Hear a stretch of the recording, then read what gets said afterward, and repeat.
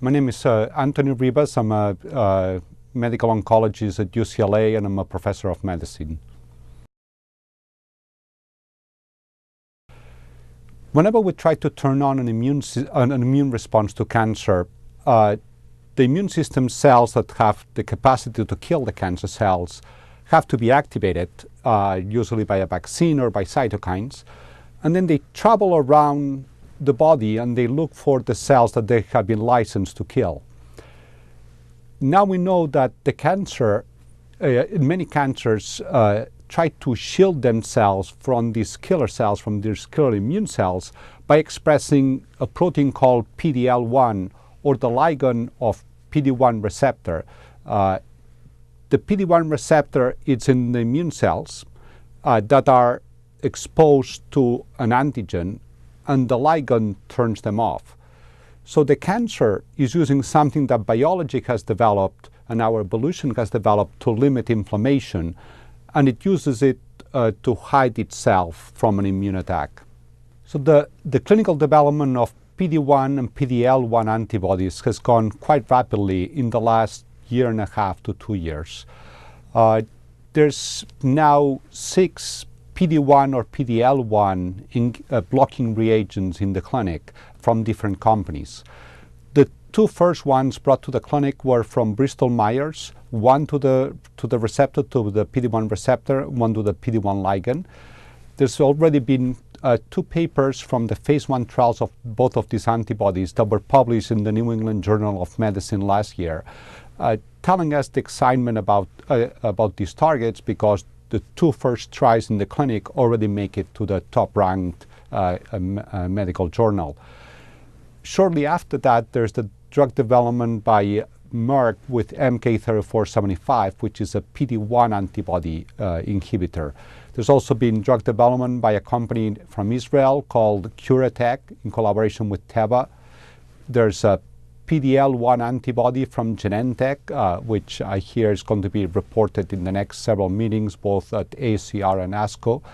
And there's I forgot the last one, but there's other ones in the clinic, and probably the programs I don't know about from other companies that are bringing this forward. The papers from Suzanne Topalian in the New England Journal of Medicine reporting the early phase 1 data with the PD1 antibody from Bristol Myers, which is now called nivolumab, showed that in groups of over 100 patients with melanoma and lung cancer and kidney cancer, that in these 3 indications they had reproducible and durable tumor responses.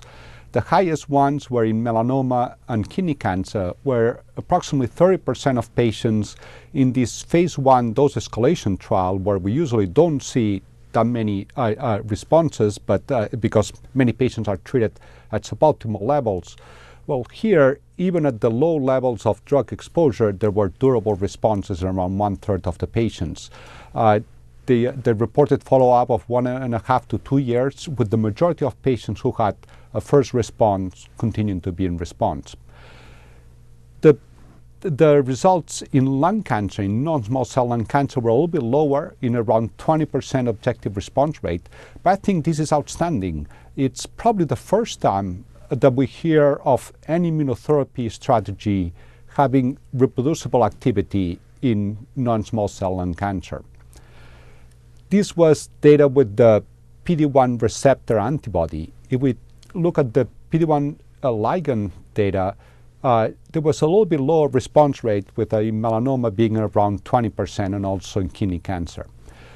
The toxicities were a little bit different also, which is not surprising by the mechanism of action of both the receptor and the ligand.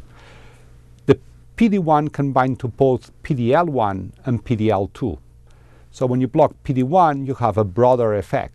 When you block PD-L1, it's mostly the target in the tumor, because PD-L2 is expressed by other cells of the immune system and usually not by cancer cells. So blocking PD1 had a little bit more toxicities, the most important one being pneumonitis or inflammation in the lung, which was not evident when blocking the ligand. But overall, the safety profile of both the PD-1 receptor antibodies and the PD-L1 receptor antibodies, PD-L1 also to the ligand antibodies, are quite manageable with serious adverse effects in less than 10% of the patients. The majority manageable by stopping the treatment or skipping some doses, or in some extreme cases requiring immune suppressive therapy with corticosteroids.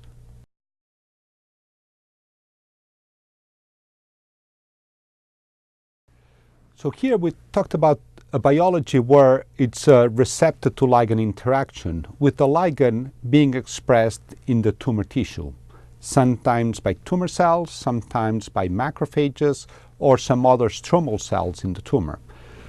So it's very logical to think that if the ligand is there, then the immune system cells that we're trying to activate may be turned off by the ligand. So that may be a way of select patients and get even higher response rates. This is a testable hypothesis, and the majority of the programs that I know of are trying to pursue this and developing diagnostic tests to look for the PD-L1 in the tumor environment. But I don't think it's going to be a straightforward testing to be implemented. There are several reasons for it.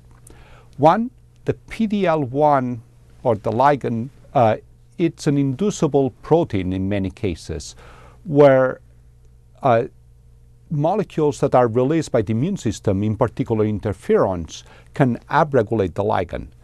So if there's no immune response at baseline, there may not be ligand expressed. But if you induce an immune response, then the ligand may be expressed afterward, just because the immune system cells, the lymphocytes that colonize the tumor, may trigger its expression. So a negative testing at baseline may not preclude having an important effect of the PD-1, PD-L1 interaction afterwards. Also, there's questions about how do we define a positive and a negative test, a positive or negative sample. So we're talking about an inducible protein that that has to be on the cell surface, not intracellular, because only the cell surface will engage with the receptor.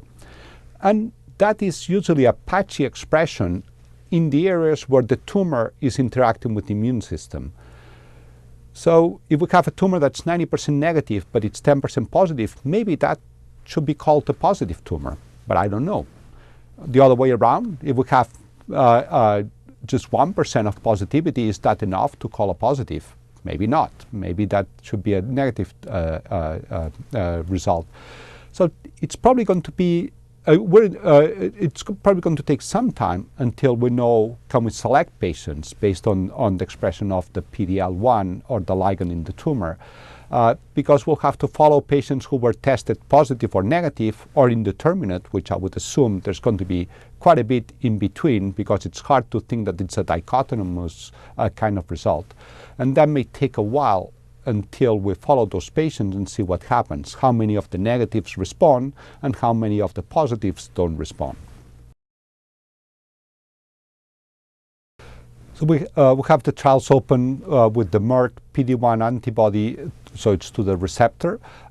We participated in the phase 1 trial of this antibody, and that phase 1 trial has proceeded for patients with melanoma and lung cancer, and we're actively accruing to both cohorts, and we're getting patients from many places far away self-referring for this study. After this, it will need to go to licensing programs, and unfortunately that will be randomized trials where half of the patients will receive the PD-1 antibody and the other half will receive a standard of care therapy, either chemotherapy or in one of the studies will be ipilimumab or the CTLA-4 blocking antibody.